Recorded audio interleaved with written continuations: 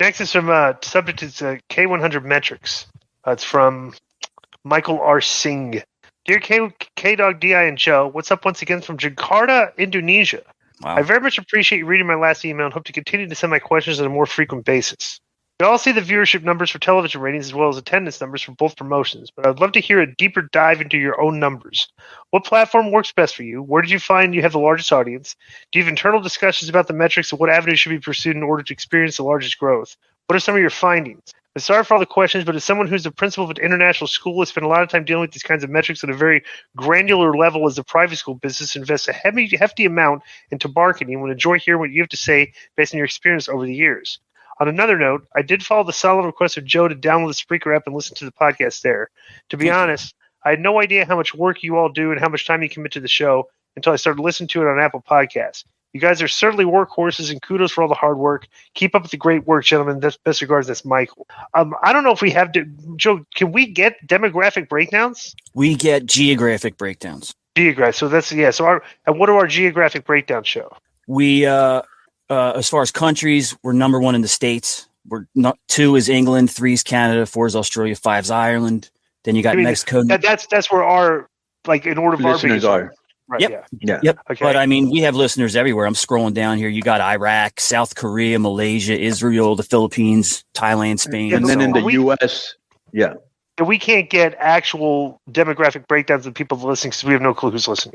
We just get a number of like viewers. Yeah, and there's something that you can pay and get more specific numbers. I don't know what it's called. Joe could probably investigate if you wanted that, but we could get that. But John, speaking of numbers, John Paz did some work for us. Joe, you want to read that?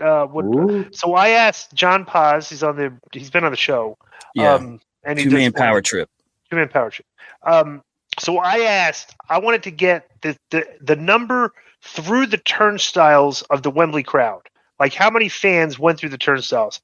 And Paz got that number. Okay. And that number was not, what did they know?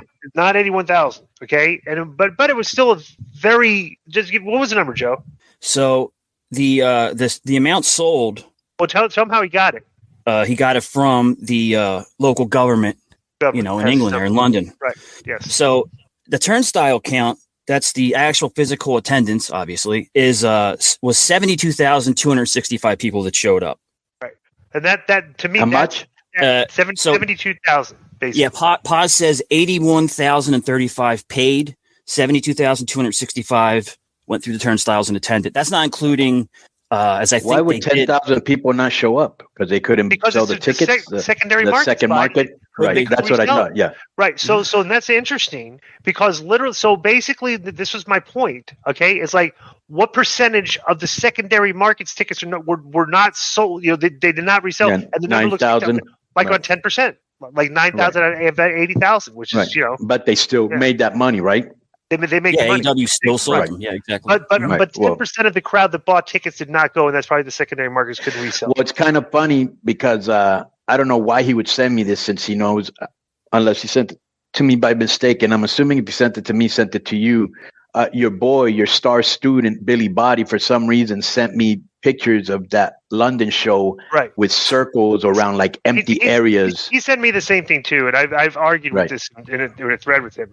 That he's right in that the number was not with what they reported, right? Because you can see empty seats, but it's definitely not even close to what he thinks it is. He said he thought there was like less than like around 40,000 tickets sold. Yeah, there's no way, bro. I saw the show. Bro, because here's the thing. He was circling like a part of the stadium, and he goes, that's 10,000 seats. I'm like, on what planet is that 10,000 seats? No, it wasn't. I know the same because I'm looking at it and go, if that's the section is 10,000 seats, then Wembley's a 300,000 seat stadium. Right? It's looking like, right. Like, so that's the thing. But Billy was insistent that it wasn't even 60, but we did the work and we got Paz to get the actual. Bro, he's a weird dude because if you remember, he was bashing AEW like you have no idea. Then he went there and then he was putting it over and he was putting over Adam Cole and his wife and then he was bashing it again. And you know what I'm saying? Like he's a weirdo. Yeah. Okay. So this is the only thing I want to say on this. He got paid for 80,000 and it's not easy to get 70,000 or 80,000. Yeah, like, it was more than what I thought they would. You have to give him his kudos on that. Yeah, sure. My prediction was between 50 to 60,000, and they did 70. Right. Which is you said it, and bro, you said it early too, before tickets were even bought. Like you took a big chance of being very wrong. You were actually very right on that one. Well, it just shows that the wrestling big show business is still very strong because people will go. Because, like, bro, you saw people here that were flying over to England for the show.